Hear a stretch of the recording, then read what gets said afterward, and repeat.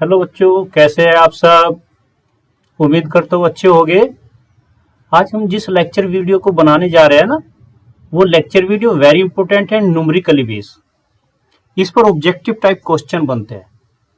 तो ये जो थ्योरम है, इसको आप ये मान के चलिए कि आपके एग्जाम के लिए वेरी इंपॉर्टेंट है।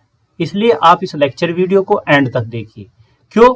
क्योंकि यहाँ पर हमें कुछ इस फॉर्मूले पर क्वेश्चन आ जाते हैं। जैसे कि मैं एक क्वेश्चन ले रहा हूं, जैसे ऑर्डर ऑफ एच हमें दिया 4, ऑर्डर ऑफ के हमें गिवन है 7, और हमें क्या कहा गया है कि find out order of H K is equal to, right. जबकि एक शर्त और दी, वेयर, ऐसा कह दिया, वेयर एच एंड के हैव 2 कॉमन एलिमेंट। क्लियर? अब आप बताइए हम इसको कैसे फाइंड आउट करेंगे। तो ये फॉर्मूला हमें यूज में लाना होगा। तो इस टाइप के अगर क्वेश्चन आ जाए तो हमें ये फॉर्मूला यूज करना होता है। तो इसका प्रूफिंग इज वेरी इंपॉर्टेंट है। तो इसको आप पूरा देखिएगा। इसका सॉल्यूशन मैं आपको बता देता हूं कैसे करोगे। देखो, अगर 2 एलिमेंट कॉमन है तो ऑर्डर ऑफ एच इंटरसेक्शन के क्या बनेगा? 2 बनेगा। तो अब आप इस फॉर्मूले में रख दीजिए, order of H K is equal to order of H कितना है? 4 इंटू ऑर्डर ऑफ के कितना है? 7 इंटू 7 अपॉन दोनों के इंटरसेक्शन एलिमेंट कितने हैं? 2, तो 2 ये कैंसिल कर दो, 2 2 जा 4, तो ये 2 आ गया, 2 14, एच के हमारा क्या बनेगा? 14, राइट। तो इस टाइप के क्वेश्चन आते हैं। ओके, इसलिए आप इस लेक्चर वीडियो को एंड तक देखिए। अब हम इसका प्रूफिंग शुरू करते हैं। प्रूफिंग को समझिएगा, अगर कोई प्रॉब्लम आए तो मुझसे आप बात कर सकते हैं। ओके, अब हम थ्योरम पर आते हैं। प्रूफिंग में पहले थ्योरम को स्टडी करते हैं। इफ थ्योरम है, let H and K be finite subgroups of a group G, then order of H K is equal to order of H into order of K upon order of H intersection K. तो इसको हम कैसे prove करेंगे, इस पर हम बात करते हैं। सबसे पहले गिवन लिखो। गिवन है हमें H and K be finite subgroups of a group G. Clear? और शो क्या करना है? To show that order of H K is equal to order of H into order of K upon order of H intersection K. यहां तक point clear? अब देखो, हमें जो गिवन है उसको लेकर चलना है और ये प्रूव करने का प्रयास करना है। तो हम सबसे पहले जो गिवन है उसको लेकर चलते हैं। Now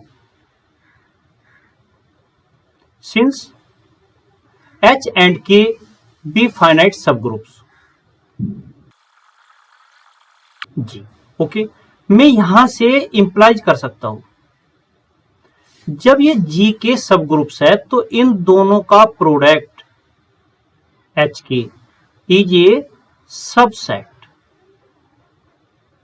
of group G. अब ये सबसेट बना, सब ग्रुप नहीं बना। एच के क्या बना? सबसेट बना। सब ग्रुप क्यों नहीं बना?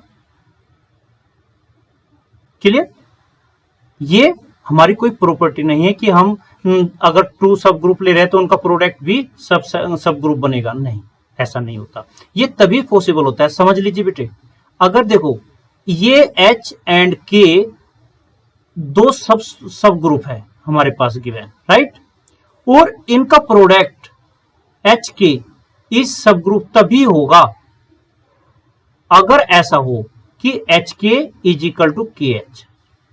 अगर ऐसा हुआ तो इन दोनों का प्रोडक्ट एच के का प्रोडक्ट सब ग्रुप हो सकता था। क्लियर? अदरवाइज नहीं। तो ऐसा तो हमें कुछ दिया नहीं है कि एच के का प्रोडक्ट इज इक्वल टू के एच के इक्वल हो, राइट। तो इसलिए हम इसको क्या लिखेंगे? सबसेट लिखेंगे। ओके, एंड अगर मैं इस सबसेट के अंदर नंबर ऑफ एलिमेंट्स की बात करूं तो क्या मैं लिख सकता हूं? ऑर्डर ऑफ एच के इक्वल टू, ये क्या मतलब हुआ? Number of distinct elements in H के। क्लियर? यहां तक कोई डाउट? इसको हमने इक्वेशन नंबर मान लिया 1। ओके, अब हम शुरू करते हैं इंटरसेक्शन पॉइंट को। क्लियर? अब हम लेट करते हैं लेट, ये जो इंटरसेक्शन पॉइंट है इसको हमने डी मान लिया, D is equal to H intersection K. Okay, तो क्या मैं इंप्लाइज कर सकता हूं यहां से कि D is subset equal to K? बोलो, कह सकते हो कि नहीं? और देखो ये जो डी है ये सब ग्रुप है कि नहीं? इज सब ग्रुप ऑफ किसका? जी का। अब समझ लो बेटा, ये प्रॉपर्टी हमने स्टडी किया है। अगर एच और के सब ग्रुप है तो उनका इंटरसेक्शन भी सब ग्रुप होता है। बात समझ में आई? ये प्रॉपर्टी हमने स्टडी किया है। यहां पर आप लिख सकते हो इंटरसेक्शन ऑफ टू सब ग्रुप इज अगेन सब ग्रुप। क्लियर? ओके, अब पॉइंट को समझो बेटे, डी सब ग्रुप है, के उससे बड़ा सब ग्रुप है, के भी जी का सब ग्रुप है, डी भी जी का सब ग्रुप है। तो हम यहां से इंप्लाइज कर सकते हैं कि डी इज सब ग्रुप ऑफ के। तो नेक्स्ट पेज ले रहा हूं, मैं यहां से इंप्लाइज कर सकता हूं कि डी इज सब ग्रुप ऑफ के। ये बात समझ में आई? देखो, डी हमारा सबसेट इक्वल टू के है और के सबसेट इक्वल टू जी है। ओके, डी भी हमारा ग्रुप की प्रॉपर्टी को सेटिस्फाई कर रहा है, मतलब सब ग्रुप है। के भी हमारा सब ग्रुप है। तो ये डी के लिए एक सब ग्रुप हुआ, ये के ग्रुप हुआ, इसलिए हम क्या लिख रहे हैं? डी इज सब ग्रुप ऑफ के। ये पॉइंट समझ में आया? अब इससे आगे हम बढ़ते हैं, उसको ध्यान देना बेटा, बहुत ही इंपॉर्टेंट पॉइंट तुम्हें समझा रहा हूं। हमने पिछले लेक्चर्स में स्टडी किया था कि जिसमें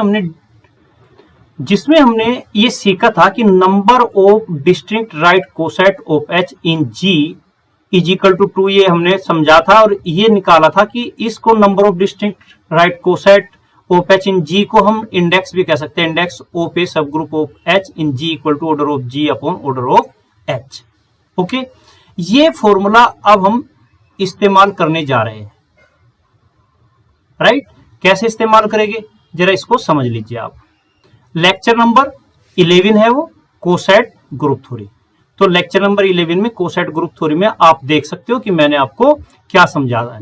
देन लिखने जा रहा हूं, इंडेक्स लिख लो या number of distinct right coset of be in के। अब ऐसा मान लो कि हमने मान लिया वो एम है, एम सी, और ये किसके इक्वल होगा? ये एम हमारा होगा ऑर्डर ऑफ, देखो रूल क्या है, index of subgroup of H of G, index of H in G equal to क्या होता है? Order of G upon order of H. अब बेटा यहां पर जो एच है वो डी है और जी के स्थान पर के है, तो हम यहां पर लिखेंगे upon order of D. Okay, ये बात क्लियर हुआ? फिर तो मैं ये इंप्लाइज कर सकता हूं ना कि अगर ये कहूं कि राइट कोसेटों की जो संख्या है वो कितनी है? एम है। विन नंबर में कितने हैं? एम है। तो मैं फिर ये लिख सकता हूं D K one, D K two, D के3 and so D K M are distinct right cosets in K. Okay, ये कंफर्म हुआ। अब हम एक नई प्रॉपर्टी फिर लगा रहे हैं। हमने स्टडी किया है कि जो right coset distinct right coset बनेंगे उनका अगर यूनियन कर दिया जाए वो ग्रुप के इक्वल होता है। मतलब given group is equal to union of all right coset of subgroup H in group G. That means यहां पर के हमारा वो ग्रुप है। मैं प्रॉपर्टी भी लिखूंगा और यूनियन लिख रहा हूं, यूनियन डी के आई और I is equal to 1 to m। Okay, और ये जो k है, ये के आई कहां पर बिलोंग किया करता है, k के अंदर बिलोंग करेगा। बात समझ में आई? ये सभी क्या है, यूनियन को रिप्रेजेंट कर रहे हैं। ये हमारा एक ही उसमें लाइन में लिख सकते थे आप, कोमा लगा के ऐसे। ओके, या आप ये भी लिख सकते हो इसको, यूनियन डी के आई, ओके, के आई बिलोंग टू कैपिटल के, ऐसे लिख सकते हैं। क्लियर? कोई डाउट? ओके, यहां पर ये थ्योरम मैंने लगाई, इस थ्योरम का मैंने इस्तेमाल किया। यहां पर आप इसको ब्रैकेट में कर लीजिए। ओके, क्योंकि ये हमारी थ्योरम होती है और इस थ्योरम का यूज हमने यहां पर कर दिया। ये आप लेक्चर नंबर 17 में देख सकते हैं, वहां पर आप इसको प्रूफिंग पाओगे। ओके, अब आगे चलते हैं। ये हमारा k इक्वल टू आया, k इक्वल टू दिस। अगर मैं बोथ साइड h से प्रोडक्ट कर दूं तो इसको क्या लिख सकते हैं हम, h k equal to h। बेटे हमें इसकी फॉर्म में लाना है जो हमने यहां पर देखा, h k। क्लियर? तो उस फॉर्म में बनाने का प्रयास करना है। h k is equal to h union k suffix i belong to k और d k suffix i। Clear? अब ये क्या है, ये h का प्रोडक्ट हमने किया, ये h d के साथ चला जाएगा। कैसे? इसको हम ऐसे लिख सकते हैं, यूनियन के आई बिलोंग टू के, और ये h d बाहर के आई लिखा जा सकता है। ये पॉइंट क्लियर हुआ? समझ में आया आपको? ये यूनियन में क्यों लिखा? क्योंकि ये भी हमारे एक सेट है और ये भी हमारे एक सेट है, इन सेट का दोनों का प्रोडक्ट हो गया। क्लियर? ओके, नेक्स्ट पेज ले रहे हैं। d इक्वल टू हमारा क्या होता है, h इंटरसेक्शन के, राइट? तो इसके according d subset equal to h होगा। ओके, अगर मैं d को h से मल्टीपल कर दूं तो DHD हमारा h के इक्वल हो जाएगा। ये आप देख सकते हैं एग्जाम्पल लेकर। क्लियर? क्योंकि अगर मैं एग्जाम्पल दूंगा तो बहुत ज्यादा टाइम लग जाएगा, तो मैं इस प्रॉपर्टी का यूज करने जा रहा हूं। इस रीजन से मैं यहां पर देखो, हमारे यहां पर क्या है, HD है, तो HD के स्थान पर H रखने जा रहा हूं। Okay, H K is equal to union के आई बिलोंग टू के, H के आई दिस बन जाएगा। क्लियर? अब H के आई क्या बना, H के आई तो हमारा राइट कोसेट होगी।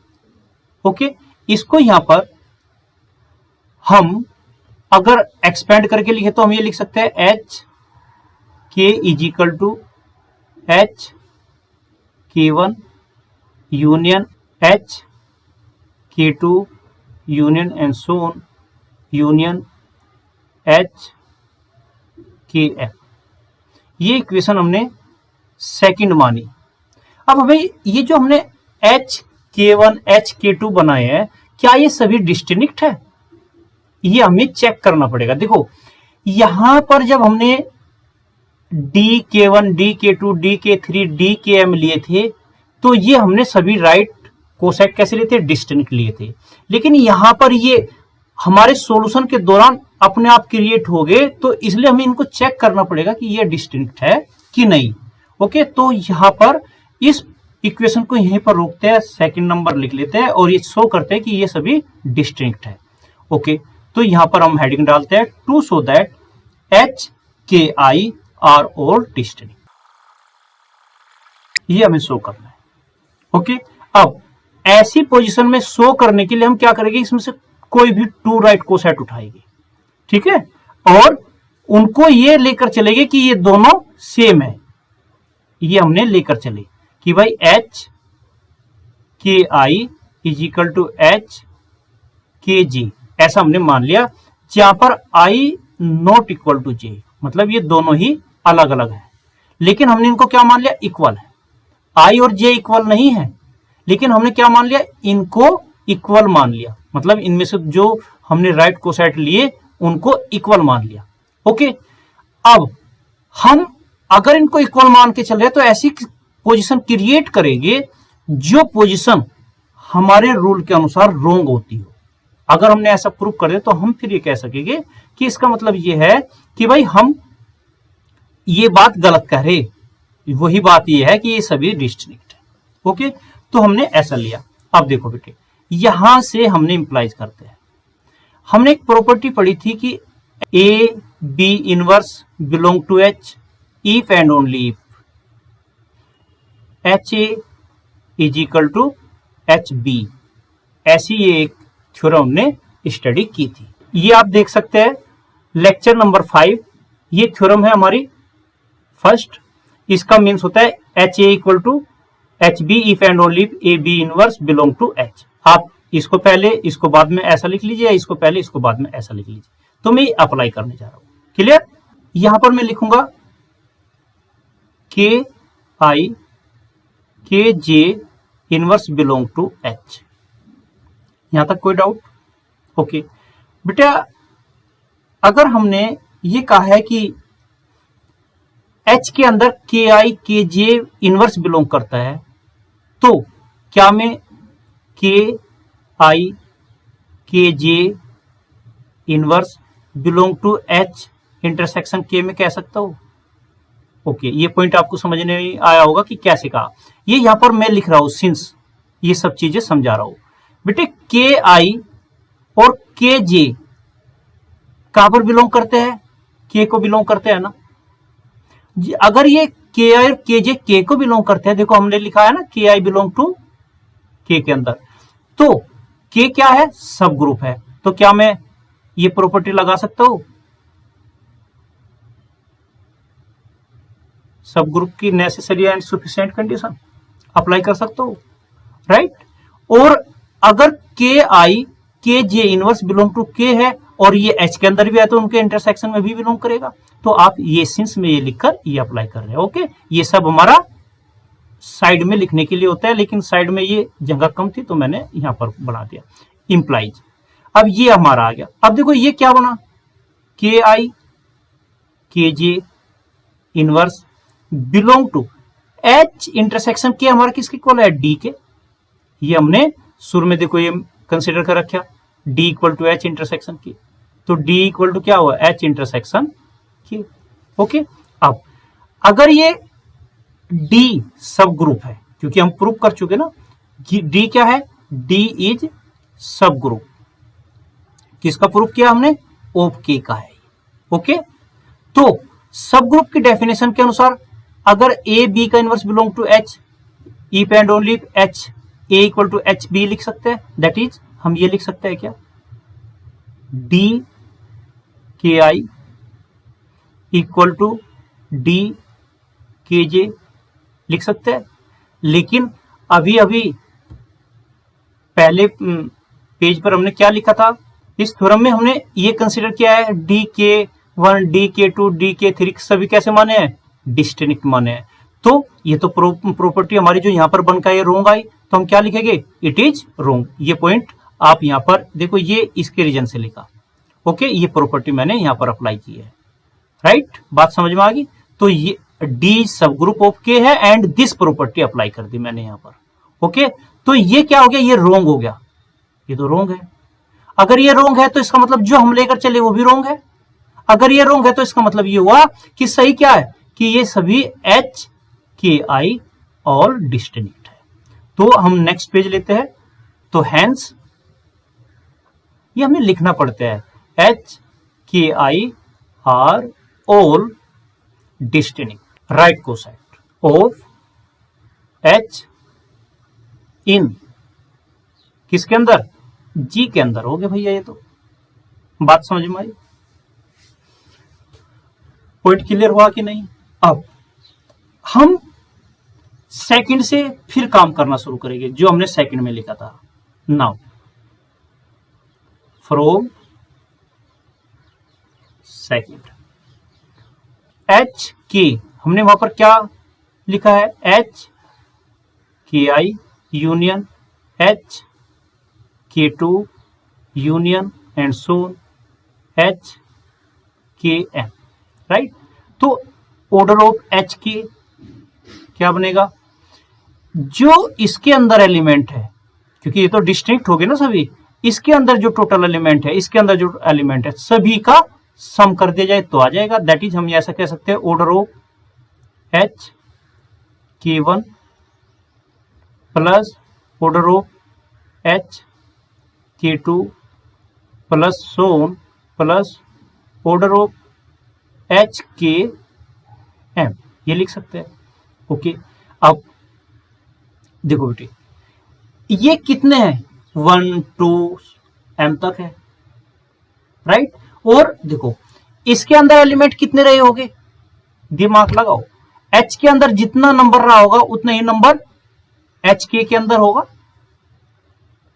देखो बेटे, order of H is equal to order of H K I बनेगा कि नहीं, ये हमने खूब अच्छी तरह एग्जाम्पल लिए हुए हैं, ये प्रॉपर्टी हम समझ रहे हैं।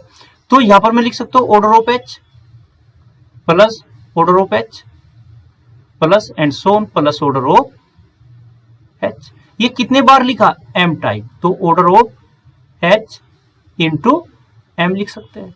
ये हमारा किसके इक्वल हुआ, ऑर्डर ऑफ एच के इक्वल।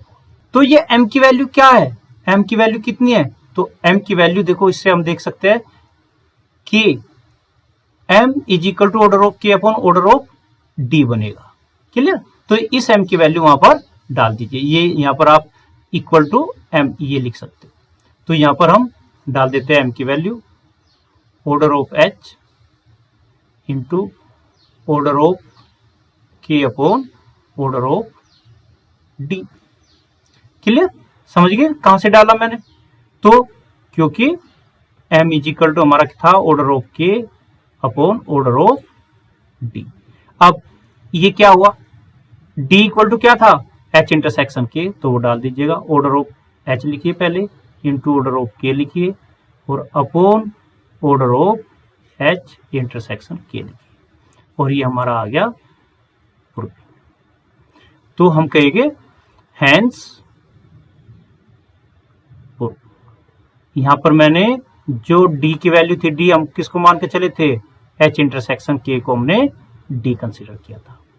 ओके, इसलिए हमने क्या किया, d के प्लेस पर h इंटरसेक्शन k डाल दिया। तो मैं समझता हूं बच्चों आपको ये लेक्चर वीडियो पसंद आया होगा, आपको समझ में आया होगा। अगर आपको ये समझ में आया है तो इस लेक्चर वीडियो को लाइक करें। अगर आप चैनल को पहली बार देख रहे हैं तो चैनल को सब्सक्राइब करें, साथ ही साथ बेल आइकॉन को प्रेस करें, जिससे कि आने वाली हर नई लेक्चर वीडियो का पता आपको सबसे पहले लग सके और आप उसका पूरा लाभ ले सके। मिलते हैं एक छोटे से ब्रेक के बाद नई लेक्चर वीडियो के साथ। Thank you for watching. अगर आपने अब तक यह चैनल सब्सक्राइब नहीं किया तो सब्सक्राइब जरूर करें